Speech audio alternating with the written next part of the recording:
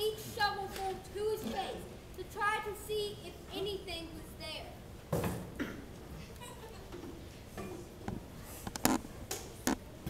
How's it going? Nothing so far.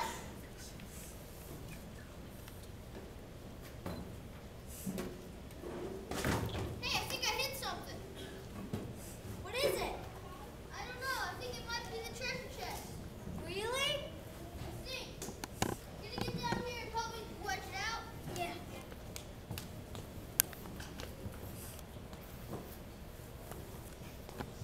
I got it. You did it! We did it. Oh, thank you. Thank you. Give boys a... The warden stopped mid-sentence and started to back away. A yellow-spotted lizard had crawled onto the suitcase. Stanley glanced downward and had to force himself to suppress a scream. He was standing in a lizard's nest. He could see 6 lizards on the ground, 2 on his leg, and 1 more on his sneaker. He felt something crawling on the back of his neck. What's going on? Oh my gosh!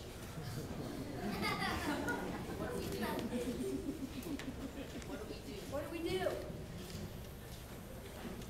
We wait. It won't be very long. I've waited my whole life for this. When I was little, I would watch my parents dig holes every day looking for that treasure. I must have that suitcase. Hey, caveman, guess what? You're innocent after all. The lawyer came to pick you up. Too bad you weren't there. Stanley and Zero stood motionless for hours. The warden and Mr. Sir waited for the lizards to end the standoff. How are you doing? My legs are numb.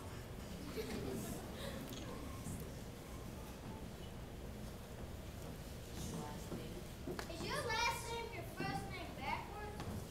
Have you been working on that all night? Did I hear a car?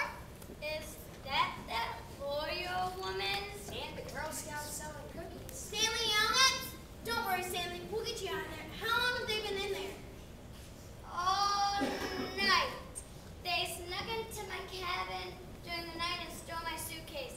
I chased them and they fell in the lizard's nest.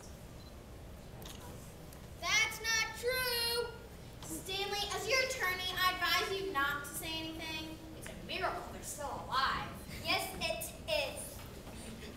The sun began to rise. As it did, the lizard leaped off Stanley and Zero and scurried into the shadows. They had survived.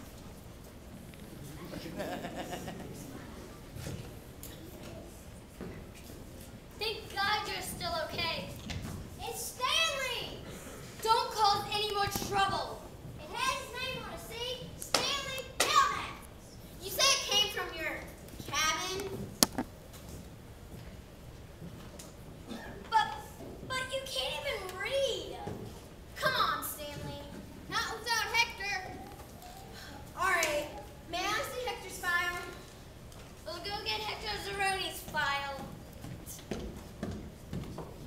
When Zero ran away, the warden had told Mr. Sir to destroy Zero's file to avoid an investigation. Now they had no record of his existence. I can't find it. We have no record of Hector Zeroni. Well, then he's coming with us. Ugh!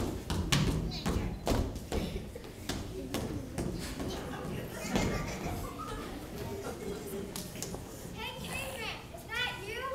Good to see you, man. We thought you were buzzard food. Sorry about that. It's cool. Stanley's being released. Good for you. You be careful out there in the real world. Yeah, not everyone's as nice as us.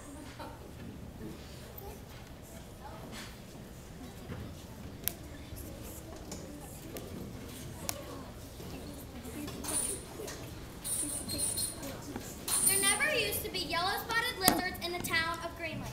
They didn't come into the area until after the lake dried up. One afternoon, long ago, Sam and his donkey, Mary Lou, were headed for Sam's boat.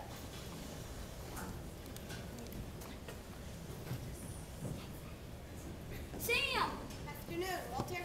I'm glad I caught you. Me and the boys are headed up to the mountains to rattlesnake hunt in the morning. We need some of your lizard juice. Here you go.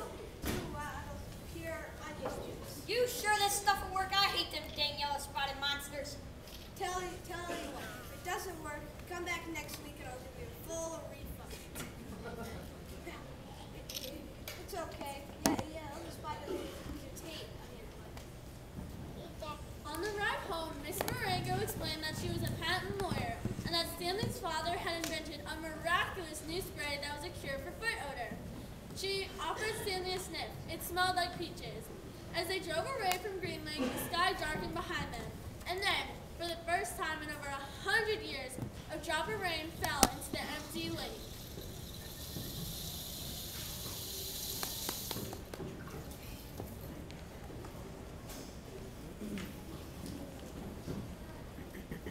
Stanley's mother insists there never really was a curse on the family. The listener might find it interesting, however, that Stanley's father found the miraculous cure for foot odor, which they decided to call sploosh, the day after the great-great-grandson of Elia Yelnats carried the great-great-great-grandson of Madame Zeroni up the mountain. The Attorney General closed Camp Green Lake. Miss Walker, the warden, who was in desperate need of money, had to sell the land that had been in her family for generations. It was bought by a national organization dedicated to the well-being of young girls. In a few years, Camp Green Lake will become, yes, you guessed it, a Girl Scout camp. The suitcase, which had belonged to Stanley's great-grandfather, contained stock certificates, deeds of trust, and promissory notes. They turned out to be quite valuable. Stanley and Zero each received less than $1 million, but not a lot less. It was enough money for Stanley to buy his family a new house, and for Hector to hire a team of private investigators to find his mother. It would be boring to go through all the tedious details of all the changes in their lives beyond that. You will have to fill in the holes yourself.